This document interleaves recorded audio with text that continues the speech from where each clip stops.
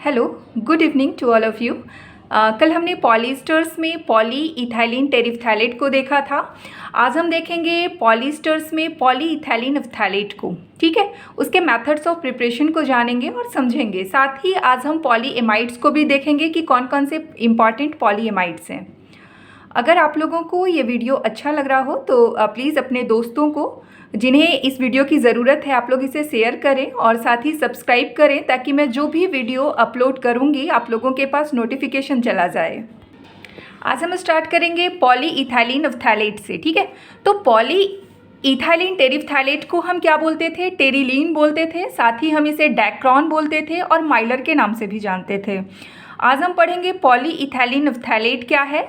ठीक है, इसके मेथड्स ऑफ प्रिपरेशन को जानेंगे। साथ ही इसका और भी कई नाम है, जैसे कि हम इसे ग्लिप्टल भी बोलते हैं, साथ ही अल्काइड रेजिन्स भी बोलते हैं। ठीक है, तो जैसा कि पॉली इथाइलिन टेरिफ्थैलेट में हमने क्या देखा कि इसमें जो हमारा मोनोमर यूनिट होगा वो इथाइलिन ग्लाइकोल होगा और साथ ही टेरिफ्थैलिक एसिड होगा।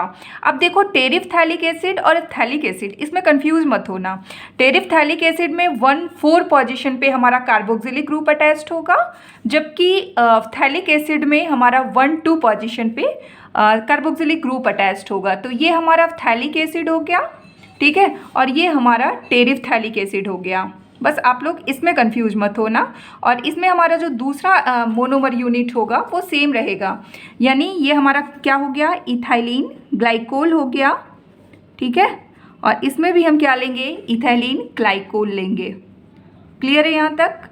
अब यहाँ आप ये एक डिफरेंस समझो कि यहाँ पे हम मोनोमर यूनिट क्या लिए?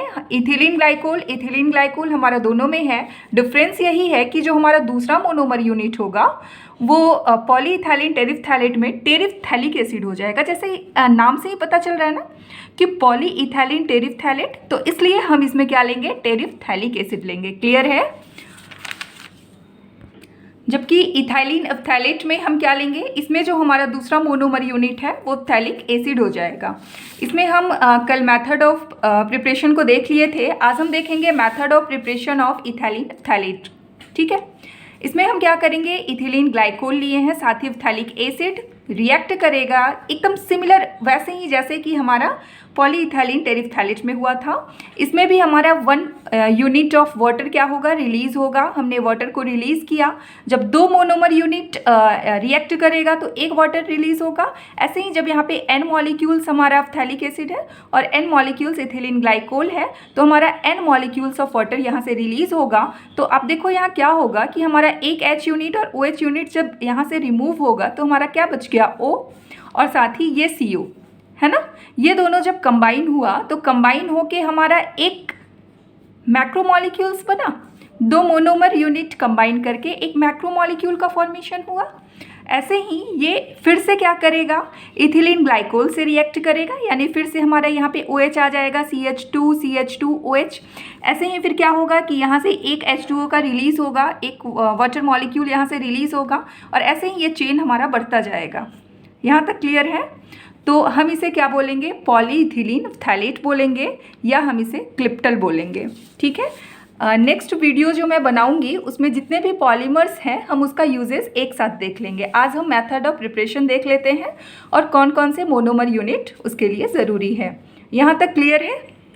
नेक्स्ट हम देखते हैं पॉली एमाइड्स। ये भी एक इम्पॉर्टेंट पॉलीमर्स है हमारा। ठीक है, जिसमें डिफरेंट मोनोमर्स लेते हैं और डिफरेंट टाइप्स ऑफ पॉलीएमाइड्स का फॉर्मेशन करते हैं। जो फर्स्ट पॉलीएमाइड्स है हमारा वो है नाइलॉन 6,6। इसे आप 66 मत पढ़ना, ठीक है, इसलिए मैंने ब्रैकेट में लिख दिया है यहाँ। इसे हम क्या पढ़ेंगे? नाइलॉन 6,6। क्लियर है यहाँ तक? जो हमारा नेक्स्ट पॉलीएमाइड्स होगा वो होगा नाइलॉन 6,10। आप इसे 610 मत पढ़ना या 610 नहीं पढ़ना है इसे। हम इसे क्या पढ़ेंगे? नाइलॉन 6 पढ़ेंगे, नाइलॉन 6 और 10। ठीक है, कॉमा रहेगा यहाँ पे, लेकिन जब हम इस लिखेंगे इसे तो इसे नाइलॉन 610 लिखेंगे।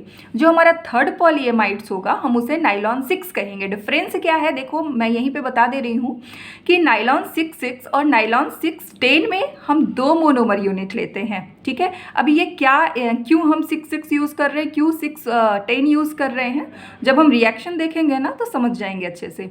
लेकिन नाइलॉन 6 में केवल 1 मोनोमर यूनिट की ज़रूरत होती है। ठीक है, यहाँ तक क्लियर है? अब हम देखते हैं नाइलॉन 66। नाइलॉन 66 में हमारा जो मोनोमर होगा वो एडिपिक एसिड होगा। ठीक है, अब देखो यहाँ दोनों में क्या डिफरेंस है। नाइलॉन 66 में भी जो हम एक मोनोमर यूनिट लेंगे वो हमारा एडिपिक एसिड होगा, और नाइलॉन 610 में भी जो हमारा एक मोनोमर यूनिट होगा वो सेबेसिक एसिड होगा। डिफरेंस क्या है, देखो यहाँ पे ये जो 10 है ना, और यहाँ पे नाइलॉन 6, देखो यहाँ पे क्या हो रहा है, 10 यानी 10 कार्बन एटम यहाँ रहेगा। तो सेबेसिक एसिड में क्या है, 8 कार्बन एटम, यहाँ 1 कार्बन 1 कार्बन, तो ये हो गया 10 कार्बन, इसलिए हम यहाँ 10 यूज़ किए हैं, 610 यूज़ किए हैं। ठीक है, और 6 हमारा क्या हो गया, तो ये 6 कार्बन जो कि हमारा किसमें है, इथिलीन, क्या नाम है इसका, हेक्सा मेथिलीन डाइएमीन। ठीक है, हेक्सा मेथिलीन डाइएमीन। ठीक है, यानी कि हमारा जो एक मोनोमर है वो दोनों में सेम है, हेक्सामेथिलीन डाइएमीन कर दो आप यहाँ पे, डाइएमीन, और ये हो जाएगा हमारा डाइएमीन। ठीक है, अब देखो यहाँ टेम्परेचर हमारा कितना होना चाहिए, तो टेम्परेचर हमारा यहाँ 525 केल्विन होना चाहिए। यहाँ कोई टेम्परेचर मेंशन नहीं किया है, तो इसलिए हम खुद से नहीं लिखेंगे, इसमें बोला गया है कि सिर्फ हम हीट करेंगे तो हमारा पॉलीमराइजेशन का प्रोसेस होगा। पहले हम देख लेते हैं नाइलॉन 66। ठीक है, हमने यहाँ क्या लिया, ये क्या है हमारा, इसका नाम लिखना ज़रूरी है। जब भी आप रिटन एग्ज़ाम दोगे ना तो आप इसका नाम ज़रूर लिखना। इसका नाम क्या हो जाएगा हमारा, एडिपिक एसिड।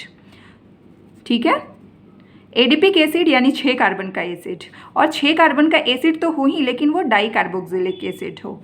इसका रिएक्शन हमने किसके साथ करवाया, तो हेक्सा मेथिलीन डाई एमीन के साथ रिएक्शन करवाया हमने, तो एक सॉल्ट का फॉर्मेशन हुआ, और जो भी सॉल्ट बना हमारा हम उसे 525 केल्विन पे पॉलीमराइज किए, तो हमारा नाइलॉन 66 का फॉर्मेशन हो गया। अब यहाँ क्या हो रहा है, यहाँ भी तो कुछ हमारा एक छोटा मॉलिक्यूल्स जो है, स्मॉल मॉलिक्यूल्स रिलीज होगा। ठीक है, देखो यहाँ रिएक्शन में क्या होता है कि ये हमारा NH2 है ना, तो आप इसे NH2 को ऐसे लिख सकते हैं ना हम, NH और यहाँ पे H। ठीक है, तो ये हमारा H और ये हमारा OH यहाँ से रिलीज हो जाएगा -H2O, तो हमारा क्या बन जाएगा, ये पोर्शन तो जैसे था वैसे ही है, ये CH2 का होल 4। अब देखो यहाँ पे ये CO है ना, C डबल बॉन्ड O हमने लिख दिया। अब यहाँ से एक OH और NH2 का एक H H2O के फॉर्म में रिलीज हो गया, तो हमारा अब यहाँ क्या बच गया, NH, तो हमने लिख दिया यहाँ पे, देखो यहाँ CO CH2 का होल 4 CO है ना, ये CO। अब यहाँ पे H2O तो रिलीज हो गया ना, एक OH और एक इसका H, जब -H2O यहाँ से रिलीज हो गया तो हमारा क्या बच गया, सिर्फ NH बच गया, और फिर जो मॉलिक्यूल्स बच गया CH2 का पावर 6, वो हमने ऐसे ही लिख दिया जैसे था हमारा रिएक्टेंट में, CH2 का होल 6। अब देखो क्या होगा, अब हमारा यहाँ पे जो NH2 है फिर से तो एक और मॉलिक्यूल्स के साथ रिएक्ट करेगा, फिर से इसका जो नेक्स्ट मॉलिक्यूल होगा एडिपिक एसिड का उससे रिएक्ट करेगा, तो फिर से ये H और ये OH रिलीज होगा। इस तरह हमारा एक चेन रिएक्शन चलता जाएगा, इसलिए हमने चेन रिएक्शन दिखा दिया ना, NH। ठीक है, फिर से हमारा क्या बन जाता, NHCO बन जाता, और फिर इस तरह से चेन बनता जाता है। इसलिए हमने क्या किया, यहाँ पे एक ऐसे दिखा दिया कि वो N के फॉर्म में है, यानी पॉलीमर्स है। ऐसे ही इधर भी तो होगा मेरा, वैसे ही CO है, और फिर से वो क्या करेगा, एडिपिक एसिड के NH2 ग्रुप के एक हाइड्रोजन से रिएक्ट करेगा, है ना, ये OH, और फिर से अगर मान लो हम यहाँ पे हेक्सामेथिलीन डाइएमीन ले लिए, जैसे हम यहाँ पे NH ले लिए ऐसे, NH2 CH2 का पावर 6 है ना, तो ये एक H और ये OH रिलीज हो जाएगा, फिर से CONH बन जाता हमारा यहाँ पे, और ऐसे ही ये प्रोसेस मेरा चलता रहता। ठीक है, तो हमने इसे क्या लिख दिया कि ये हमारा एक पॉलीमर्स है, और एक हमने ये यूनिट को दिखा दिया जो कि एक कंडेंसेशन पॉलीमर्स है, 2 मोनोमर यूनिट से हमारा ये बना, साथ ही एक छोटा सा मॉलिक्यूल रिलीज हुआ, H2O रिलीज हुआ है इसमें। ठीक है, तो हम इसे बोलेंगे नाइलॉन 66। अब समझ में आ गया ना कि हम नाइलॉन 66 क्यों बोले, क्योंकि हमारा जो फर्स्ट मोनोमर यूनिट है एडिपिक एसिड, उसमें हमारा क्या है, उसमें हमारा एक हाइड्रोजन, ये कार्बन यानी 6 कार्बन, और इसमें हमारा कितना कार्बन, इसमें भी 6 कार्बन, इसलिए हमने यहाँ क्या लिखा, नाइलॉन 66। ठीक है, अब हम देखेंगे नाइलॉन 610 में। नाइलॉन 610 में सेम प्रोसेस वैसे ही होगा। ये हमारा हेक्सामेथिलीन डाइएमीन है। ठीक है, हेक्सामेथिलीन डाइएमीन। ठीक है, और ये हमारा क्या है, ये हमारा सेबेसिक एसिड है। जब हमने इन दोनों को रिएक्ट करवाया, ठीक है, हीट किया, तो पॉलीमराइज हुआ, और बिल्कुल वैसा ही प्रोसेस होगा यहाँ भी। एक हाइड्रोजन एक OH के साथ रिएक्ट करेगा, H2O मॉलिक्यूल यहाँ से रिलीज होगा, तो NH2O मॉलिक्यूल रिलीज होगा। यहाँ पे भी हम N मॉलिक्यूल्स लेंगे, क्योंकि हमने यहाँ N मॉलिक्यूल्स लिया है। ऐसे ही हमारा क्या हो जाएगा, ये NHCO ग्रुप जो है वो फॉर्मेशन होगा, जिसका बार बार रिपीटेशन होगा, फिर CO, फिर हमारा यहाँ पे NH का फॉर्मेशन होगा। इस तरह हमारा इधर चेन चलता जाएगा। तो इसलिए हमने इसको क्या किया, ब्रैकेट में यहाँ N लिख दिया। ठीक है, अब देखो नाइलॉन 610 हमने इसलिए लिखा क्योंकि यहाँ पे हमारा फर्स्ट मोनोमर यूनिट में 6 कार्बन है और जो सेकेंड मोनोमर यूनिट है उसमें हमारा 10 कार्बन है, 8, 1, 9, 10। ठीक है, यहाँ तक क्लियर है। जो हमारा लास्ट में जो हम लोगों को पढ़ना है पॉलीएमाइड्स, वो हमारा नाइलॉन 6 है, जिसे हम परलॉन भी कहते हैं। इसमें हमारा जो मोनोमर होगा वो केवल एक मोनोमर लेंगे हम। इसमें हमारा मोनोमर हो जाएगा कैप्रोलैक्टम कहते हैं। कैप्रोलैक्टम का फॉर्मेशन कैसे करते हैं वो जानना होगा। वैसे ही हम मोनोमर का क्या करेंगे, पॉलीमराइजेशन कर देंगे, तो हम लोगों को नाइलॉन 6 मिल जाएगा। ठीक है, सबसे पहले आपको जानना होगा कि कैप्रोलैक्टम हम बनाएंगे कैसे। हमने क्या किया, यहाँ पे साइक्लोहेक्सेन लिया, इसका नाम क्या हो जाएगा, हमारा इसका नाम हो गया साइक्लोहेक्सेन। जब हम इसका ऑक्सीडेशन किए तो आप देखो यहाँ पे हमारा क्या बन गया, ये CO ग्रुप है। फिर हम क्या करेंगे, इसका हाइड्रोक्सिल ये NH2OH के साथ रिएक्शन करवाएंगे, हाइड्रोक्सिल एमीन के साथ, तो ये ऑक्साइम बन गया हमारा, डबल बॉन्ड NOH।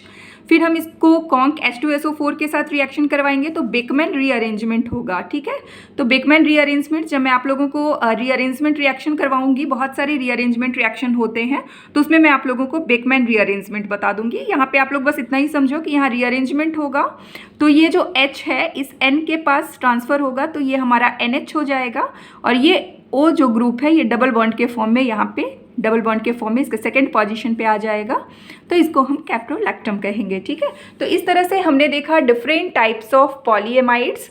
जो हमारा नाइलॉन 6 है इस फॉर्म में रहेगा, नाइलॉन 610 के फॉर्म में रहेगा, नाइलॉन 6 के फॉर्म में रहेगा। नाइलॉन 6 क्या है, इसमें मोनोमर यूनिट क्या होगा, टेम्परेचर क्या होगा। ठीक है, साथ ही मेथड ऑफ फॉर्मेशन हमने जान लिया। नाइलॉन 610 क्या है, इसमें कौन कौन से मोनोमर यूनिट होंगे, इसका मेथड ऑफ फॉर्मेशन क्या है।